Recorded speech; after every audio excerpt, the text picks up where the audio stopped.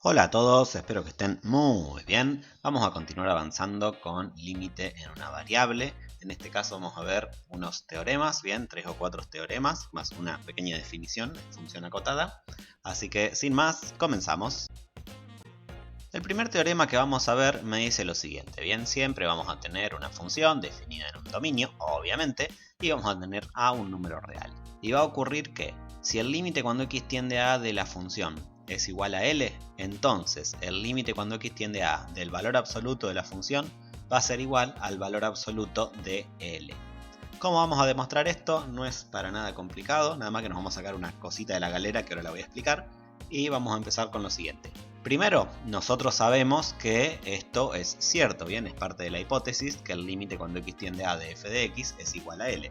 Por lo tanto, podemos aplicar la definición de límite, bien, esta que me dice esta parte de acá, bien, para todo epsilon mayor que 0, existe un delta mayor que 0, tal que el valor absoluto de x menos a está entre 0 y delta, entonces el valor absoluto de f de x menos L es más chico que epsilon. Entonces lo que vamos a hacer nosotros es jugar un poquito con esta expresión. Vamos a usar un teorema, bien, lo vamos a llamar teorema 1, es un teorema de valor absoluto. No lo vimos cuando hicimos los de valores absolutos, bien, porque hay un montón, bien, vimos unos cuantos, pero este no llegamos a ver. Pero directamente lo vamos a demostrar acá rapidísimo. Nosotros el teorema me dice que el valor absoluto de x menos el valor absoluto de y es menor o igual al valor absoluto de x menos y. ¿Cómo demostramos esto? Bien, la demostración rapidita. Vamos a hacer dos desigualdades triangulares. La primera, valor absoluto de x menos valor absoluto de y es menor o igual a valor absoluto de x menos y. La otra desigualdad triangular va a ser lo mismo, nada más que intercambio la y y la x de lugar. Y acá entonces, si yo tengo escrito que valor absoluto de y menos valor absoluto de x es menor o igual al valor absoluto de y menos x, yo puedo dar vuelta bien y negar ambas. Niego esta y me queda, niego esta y la pongo primera, menos el valor absoluto de y menos x, menor o igual a niego esta y ya que está las pongo en orden, valor absoluto de x menos valor absoluto de y. ¿Para qué hago esto? Para usar esta tercera con esta primera, bien, fíjate que me queda el valor absoluto de x menos valor absoluto de y en el medio, y me queda justamente esta desigualdad triple, que es que el valor absoluto de x menos el valor absoluto de y está entre menos el valor absoluto de y menos x y el valor absoluto de x menos y. ¿Qué hacemos ahora? Usamos la propiedad que me dice que el valor absoluto de y menos x es igual al valor absoluto de x menos y ahí logramos que esto del medio me quede entre dos valores opuestos, bien, separados con menor o igual. Eso, aplicando otra de las propiedades del valor absoluto, me dice que el valor absoluto de esto del medio, bien, o sea, el valor absoluto de x menos el valor absoluto de y, es menor o igual a justamente los que quedaban acá, bien, sin el signo, o sea, valor absoluto de x menos y. Esa entonces es la demostración de la propiedad. Y vamos a usar esta propiedad justamente con esta parte de acá de f de x menos L. Voy a decir que el valor absoluto de f de x menos L ocupa el lugar del valor absoluto de x menos y. Entonces yo puedo decir lo siguiente, el valor absoluto de, en vez del valor absoluto de x, voy a poner valor absoluto de f de x. En vez del valor absoluto de y voy a poner valor absoluto de L. Va a ser menor o igual a valor absoluto de f de x menos L. Y esto de acá ya me deja servida la demostración. ¿Por qué? Porque ahora esto que averigué en 2 lo voy a reemplazar en 1 y me va a quedar bien, va a reemplazar, no, más que nada lo voy a usar en 1, y como yo tengo que esto de acá es más grande que esto, puedo escribirlo así como en trencito. Y a fin de cuentas lo que me va a importar es quedarme con que este valor absoluto de f de x menos valor absoluto de L es menor que epsilon. Y si yo tengo eso, justamente lo que estoy teniendo es la definición de que el límite cuando x tiende a de f de x, el valor absoluto de f de x, es igual a el valor absoluto de L, que es lo que queríamos demostrar. Y ahí dejamos entonces esta terminada. Vamos a la... El segundo teorema me habla del carácter local del límite y me dice lo siguiente. Dadas dos funciones, f y g, bien, definidas en dos dominios distintos o iguales, dos dominios digamos, y un a perteneciente a los reales, vamos a tener que, si el límite cuando x tiende a de f de x es igual a L y existe un entorno reducido de centro A y radio ρ tal que f de x sea igual a g de x, entonces el límite cuando x tiende a de g de x es igual a L. ¿Esto qué quiere decir? Si hay una partecita de la función, un entorno, o sea, en una partecita de la función, las dos funciones son iguales, o sea, en una partecita de los dominios más que nada, las dos funciones son iguales, eso significa que si el límite de f de x es un valor, el límite de g de x va a ser el mismo valor en el mismo punto. O sea que se comportan igual en ese tramito que sean iguales las funciones. ¿Cómo vamos a demostrar eso? Vamos a partir de lo que sabemos, ¿bien? Sabemos que límite cuando x tiende a f de x es igual a L. Aplicamos la definición de límite, ¿bien? En vez de delta usamos delta prima. Esto sabe que cuando empezamos a usar delta 1, delta 2, delta prima, etc. es que vamos a usar un mínimo delta luego. Y luego nosotros sabemos que en un entorno reducido de centro A y radio ρ, f de x es igual a g de x. Esas son las dos cosas que sé por hipótesis. Esta como primera proposición ya la usé. Esta que me dice, si uso la definición de entorno, esto lo que me está diciendo es que entre siempre que, de nuevo, el valor absoluto de x menos a está entre 0 y ρ. Bien, recordad que esta es la definición de entorno reducido escrita como valor absoluto. Entonces, esto quiere decir que en este intervalo f de x es igual a g de x. ¿Qué voy a decir ahora? Voy a tomar un delta que va a ser el mínimo entre delta prima y ρ, ¿bien? El número más chiquito entre los dos. Recordad que si ocurría eso, me estoy diciendo que el entorno más chiquito está dentro del entorno más grande, por decirlo de una manera un poquito bruta. Entonces, ¿qué va a pasar? En el valor absoluto de x menos a, estando entre 0 y delta, si yo tomo entonces un x tal que se cumpla eso, va a ocurrir dos cosas. Por la primera afirmación que hicimos, va a ocurrir que el valor absoluto de f de x menos L es menor que epsilon, esto de acá, ¿sí? Porque recordad que este está incluido en este, o sea que si este está incluido en este, lo que pasa en este va a ocurrir, pero lo que pasa en este va a ocurrir en este. Entonces, en la segunda, sabemos que en ese mismo intervalo, f de x va a ser igual a g de x. Entonces, ¿qué pasa? Yo puedo mezclar estas dos y lo que hago es reemplazo f de x con g de x para llegar a que parto de una x que cumpla esta condición y llego a que el valor absoluto de g de x menos L es menor a epsilon. Y eso no es nada más, ni nada menos, ni nada más que la definición, bien, de límite cuando x tiende a de g de x igual a L. Y ahí dejamos este teorema también demostrado. Vamos al siguiente. Me falta una cosa. ¿Para qué sirve este teorema? Me puede servir para, por ejemplo, decir que si yo tengo el límite cuando x tiende a 3 de x al cuadrado menos 9 sobre x menos 3, yo esto lo puedo simplificar, en este caso usando una diferencia de cuadrados, y decir que va a ser lo mismo que el límite cuando x tiende a 3 de x más 3. ¿Por qué? Porque alrededor del 3 estas dos funciones se comportan igual. No en el 3, porque esta no acepta el 3, porque no está en el dominio, esta sí lo acepta.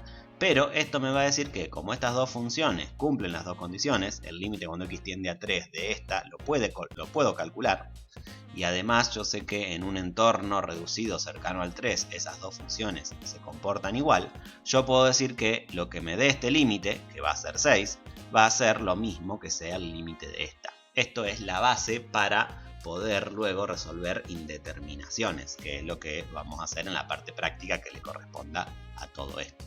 Así que ahí tenemos el por qué podemos resolver indeterminaciones. Ahora sí, avanzamos. Vamos a definir ahora lo que es una función acotada. Vamos a tener un conjunto A, bien, que sea distinto de vacío y que esté contenido en los reales, contenido ampliamente, puede ser también todos los reales. Y vamos a tener una función definida en A, o sea que vaya desde A hacia los reales. Vamos a decir que f está acotada en A. Sí y solo sí, para cualquier valor de x que pertenezca a A va a existir un m mayor que 0, tal que el valor absoluto de f de x sea menor o igual a m. ¿Qué significa esto? Recordad que el valor absoluto de f de x así peladito quiere decir la distancia entre f de x y 0. O sea que quiere decir que va a existir un valor m positivo, tal que la distancia de f de x al 0 va a ser más chica que ese valor m. Si existe un valor m entonces que cumpla esta condición, vamos a decir que la función está acotada.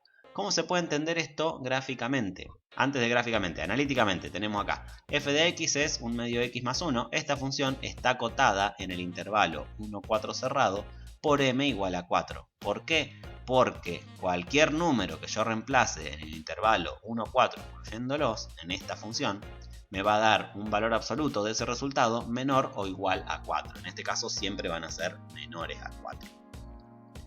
Bien, acá tenemos la explicación, ¿sí? Y ahora acá tenemos el dibujito, que es lo que quería llegar. Esto de acá entonces es lo mismo que acabo de decir, el valor absoluto de f de x siempre es menor o igual a 4 y acá lo podemos observar. La gráfica de esta función entre 1 y 4 es esta de acá.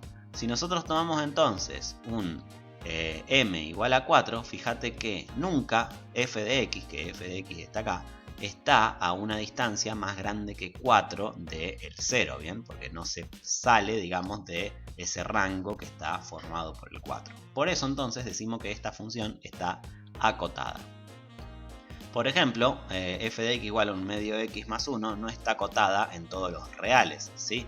¿Por qué en todos los reales? En todos los reales seguiría que tengo toda la recta, ¿bien? O sea que esto sube y sube si va para la derecha y baja si va para la izquierda, por decirlo de una manera brutita también. Pero acá no existe ningún m entonces que encierre a la recta, porque la recta siempre va creciendo para la derecha o va decreciendo para abajo, o sea que nunca un valor lo va a encerrar. Por lo tanto, este conjunto no está acotado. Vamos a un teorema entonces. Definir conjuntos acotados me sirve para dar un teorema.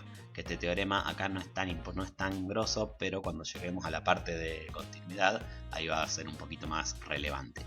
Vamos a tener entonces la función definida de a en r, con a su conjunto de los reales, ¿sí? Y siendo a un número real. Si nosotros tenemos que el límite cuando x tiende a de la función es igual a l, entonces va a existir un delta mayor que 0, tal que f esté acotada en el entorno reducido de centro a y radio delta. O sea que si la función tiene límite, la función va a estar acotada en un entorno de centro a y radio delta. Siempre va a pasar esto. ¿Cómo lo vamos a demostrar? De la siguiente manera.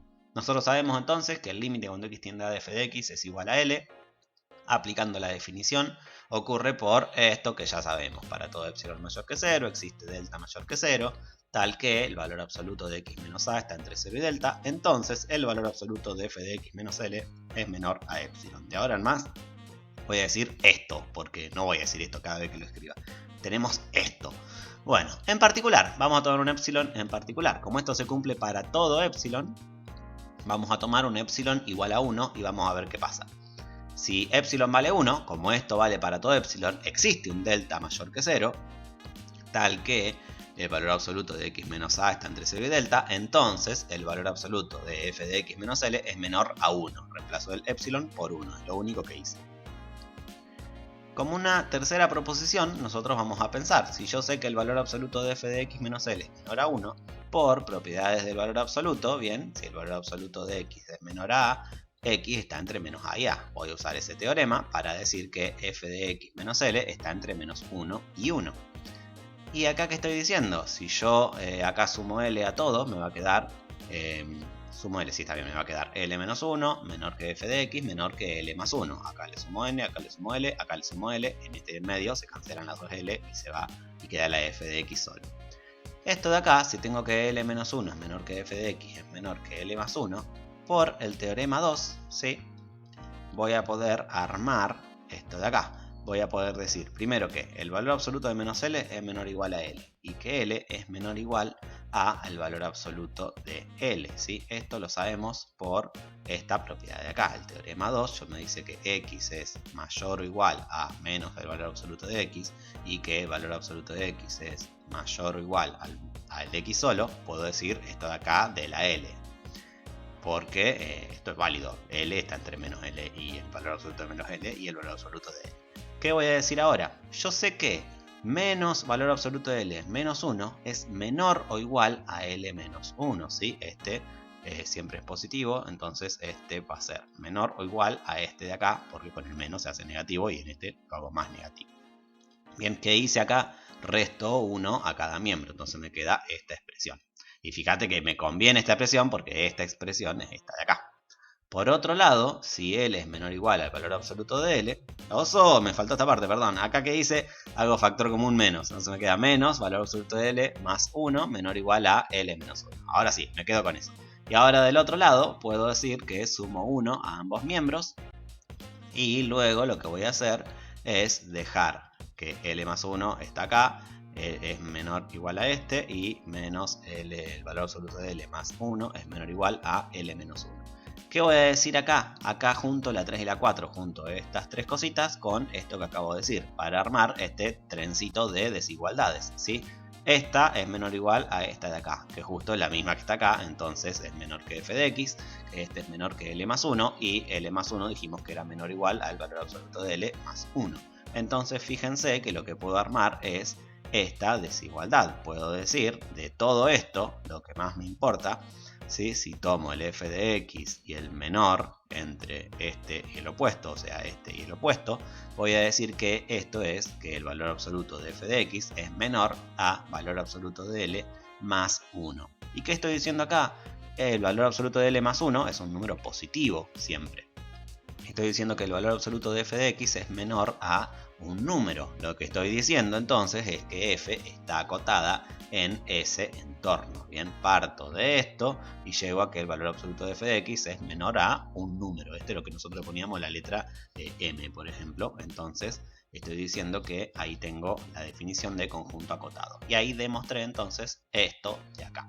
Nuevamente esto va a ser mucho más útil cuando veamos continuidad, pero está bueno también poder demostrarlo. El próximo teorema dice lo siguiente. Tenemos una función bien definida desde A hacia R con A subconjunto de los reales, ya lo sabemos, y A perteneciente a los reales. Vamos a tener lo siguiente. Si se cumplen dos condiciones ahora. Si el límite cuando x tiende a f de x es igual a L, o sea, si la función tiene límite, y además ese límite está entre dos valores h y k, va a ocurrir que va a existir un delta mayor que 0 para todo x perteneciente a un entorno reducido de centro A radio delta, tal que f de x esté entre h y k. Esto me dice entonces que si existe el límite de una función y ese límite está entre dos valores cualquiera, dos valores h y k, entonces va a existir un entorno, ¿sí?, que tal que f de x esté entre h y k. Un entorno de x, bien, entorno reducido, tal que f de x esté entre h y k. Eso es lo que vamos a decir. Entonces, por hipótesis, vamos a tomar primero esta parte, vamos a hacer L menor que K, o sea, sé que K es mayor que L. Entonces yo sé que K menos L es mayor que 0, obviamente. Por otro lado, yo sé que el límite cuando x tiende a f de x es igual a L. Usando la definición de límite, pumba, esto, ¿bien? Lo que es la definición de límite. Y ahora voy a jugar un poquito con esto. Bien, antes de eso, yo voy a tomar, como esto funciona para todo epsilon mayor que 0, yo sé que k menos L es mayor que 0, vamos a decir que epsilon es igual a k menos L. Entonces, ¿qué pasa? Si digo que epsilon es igual a k menos L, reemplazo en la función, bien, cambio el delta por delta 1 ahora, porque no necesariamente es el mismo delta, y va a decir que acá me va a quedar que el valor absoluto de f de x menos L es menor a k menos L. Y con esto sí es con lo que voy a jugar. Voy a usar un teorema que ya usamos con bastante anterioridad, que me dice que si el valor absoluto de x es menor que a, entonces x está entre menos a y a. Entonces, si yo tengo esta expresión, yo puedo decir que f de x menos L está entre menos k menos L y k menos L. De esto me voy a quedar con esta segunda parte, que es la que a mí me interesa. Entonces me quedo con que f de x menos L es menor a k menos L. ¿Y qué pasa? Acá puedo cancelar ambas k para decir que f de x es menor a k, que es justamente lo que quería demostrar. Así que partí de este de acá y llegué a este de acá. Vamos ahora a hacer la parte de la h, que vas a ver que es prácticamente lo mismo, nada más que cambiamos una letra. Yo sé que L es más H, L es más grande que H, porque H es menor que L, L es mayor que H. Entonces L menos H es positivo. ¿Qué voy a hacer ahora? Voy a tomar un epsilon que sea igual a L menos H. Bien, sigo con este mismo reemplazo, pero ahora epsilon es L menos H. Reemplazo por L menos H. ¿Y qué va a pasar? Me va a quedar esta expresión de acá. Y acá vuelvo a usar el mismo teorema para decir que f de x menos L está entre menos L menos H y L menos H. ¿Qué voy a hacer acá? Como yo quiero que me quede la f de x sola, y acá tengo el menos L, y acá tengo el menos L, voy a juntar esas dos. Me voy a quedar con que de acá saco menos L más H menor a f de x menos L. Ahí que hago cancelativa con las dos menos L para conseguir que H es menor a f de x. Finalmente, bien, por lo que obtuve en el 3, este de acá, y por lo que obtuve en el 5, que este de acá, consigo lo que yo quería, que h es menor que f de x, menor que k. y ahí me queda demostrado. Vamos a... Lo último que vamos a ver es un corolario del teorema anterior, que es justamente el teorema de conservación del signo. Es bastante importante, también juega un papel importante para un montón de teoremas que vienen luego, porque tienen que ver también con continuidad, pero también es importante acá poder visualizarlo y sobre todo poder demostrarlo. Este teorema me dice lo siguiente: siempre la misma condición inicial, tenemos una función, bien, y tenemos una a perteneciente a los reales. Acá vamos a decir que si el límite cuando x tiende a de f de x es igual a L, o sea existe el límite y además es distinto de 0, o sea existe el límite de la función y no es 0, entonces va a existir un delta mayor que 0 para todo x tal que para todo x perteneciente a un entorno reducido de centro a y radio delta, va a ocurrir que f de x va a ser distinto de 0 y además el valor absoluto de f de x va a ser mayor al valor absoluto de L sobre 2. Acá este L sobre 2 está elegido arbitrariamente. Podría ser cualquier valor, no sé, M, por poner un valor cualquiera, ¿sí? Pero como la punta donde estoy buscando usó este de acá, porque luego lo usa en otra demostración más adelante, que le voy a hacer también en video, voy a poner el valor absoluto de L sobre 2. Pero ten en cuenta que acá puede ser una letra cualquiera. Bien, ¿cómo vamos a demostrar esto? Primero, ¿qué significa esto? Para decirlo un poquito más así en bruto. Si yo tengo que existe el límite de una función y ese límite no es 0, significa que por lo menos en un pedacito de la función, o yo voy a poder tomar un pedacitos de la función donde el signo sea siempre el mismo en todo ese entorno que voy a tomar de la función. Bien, sea distinto de 0 y además esto significa que el signo no cambia, o sea, toda positiva o toda negativa en una parte. Eso me va a venir de pelos un poquito más adelante nuevamente con demostraciones que vamos a hacer en la parte de continuidad. Ahora sí, ¿cómo demostramos esto? Yo sé que L tiene que ser distinto de 0, así que vamos a tomar las otras dos opciones que me quedan. Primero, vamos a ver qué pasa si L es mayor que 0. Y vamos a también usar el teorema que acabamos de enunciar en la diapo anterior, que era este de acá, ¿sí? El donde L estaba entre h y k, me quedaba que f de x está también entre h y k. Entonces vamos a considerar un h, como h lo puedo elegir como yo quiera, que va a ser igual a L sobre 2. ¿Qué pasa con L sobre 2? Como L es positivo, L sobre 2 es más chico que L. Entonces acá este L sobre 2 está ocupando este lugar justamente de la H y me va a llevar a esto de acá. Aplicando ese teorema, entonces yo llego a que L sobre 2 va a ser menor a f de x. Y como L sobre 2 es mayor que 0, yo sé que f de x va a ser mayor que 0, o sea, va a ser positivo. Bien, ojo, acá esté tranquilamente, por eso a mí me llama la atención que se use esto, que ahora lo vamos a armar y todo. Pero acá tranquilamente se podría haber hecho con 0, reemplazar la h por 0 y demostrar directamente en un paso que f de x es mayor que 0. Vamos a seguir igualmente. Tenemos ahora que L es menor que 0. Si L es más chico que 0, vamos a tomar una K, esta de acá, que sea igual a L sobre 2. Y como L es más chico que 0, yo sé que L sobre 2 va a ser más grande que L, ¿bien? Así como menos 0,5 es más grande que 1, que justo menos 0,5 es la mitad de menos 1, perdón, no de 1. Entonces estoy usando como ese razonamiento. Por el mismo teorema 1, ahora yo sé que L2 es mayor que L, estoy en esta parte de acá, entonces L2 va a ser mayor que f de x en un entorno, en este entorno, que es justamente el mismo entorno que quiero armar para el otro, bien, recordamos eso también. Entonces me va a quedar que L2 menor que 0, entonces 0 es mayor que f de x. ¿Qué va a pasar acá? Como yo conseguí que f de x sea mayor que 0 o f de x sea menor que 0, lo que estoy demostrando es que f de x va a ser distinto de 0, ¿sí? Lo que acabo de demostrar entonces es esta parte del teorema. Demostré que f de x es distinto de 0. Nuevamente, no es necesario usar el L sobre 2, con usar el 0 directamente, tanto acá como acá en las dos opciones, llego a lo mismo y llego a la misma conclusión en menos pasos. Uso eso porque es lo que estoy usando el teorema. Para seguir la otra demostración, llegar a esto de acá, voy a decir que voy a usar el teorema 2, el que me dice que si el límite cuando x tiende a de f de x es igual a L, entonces el límite cuando x tiende a del valor absoluto de f de x es igual al valor absoluto de L. Este es el teorema que definimos y que enunciamos y demostramos primero en este mismo video. ¿Qué vamos a hacer acá? Vamos a partir de que sabemos que el límite cuando x tiende a de f de x es igual a L, entonces por este teorema el límite cuando x tiende a del valor absoluto de f de x es igual a el valor absoluto de L. Y esto es mayor al valor absoluto de L sobre 2. Y ahí demostré esta segunda parte. Y con esto demostré todo el teorema. Y ahí entonces terminamos este. Bueno, espero que esto te haya servido. Nos vemos en el próximo video. Que tengas muy buena semana. Si podés dejarme un me gusta, una suscribida, una cosita de esa como para llegar. Quiero llegar a 1000, a ver qué pasa cuando llego a los 1000. Y bueno, y nada más. Que tengas muy buena semana. Suerte en los exámenes y chau chau.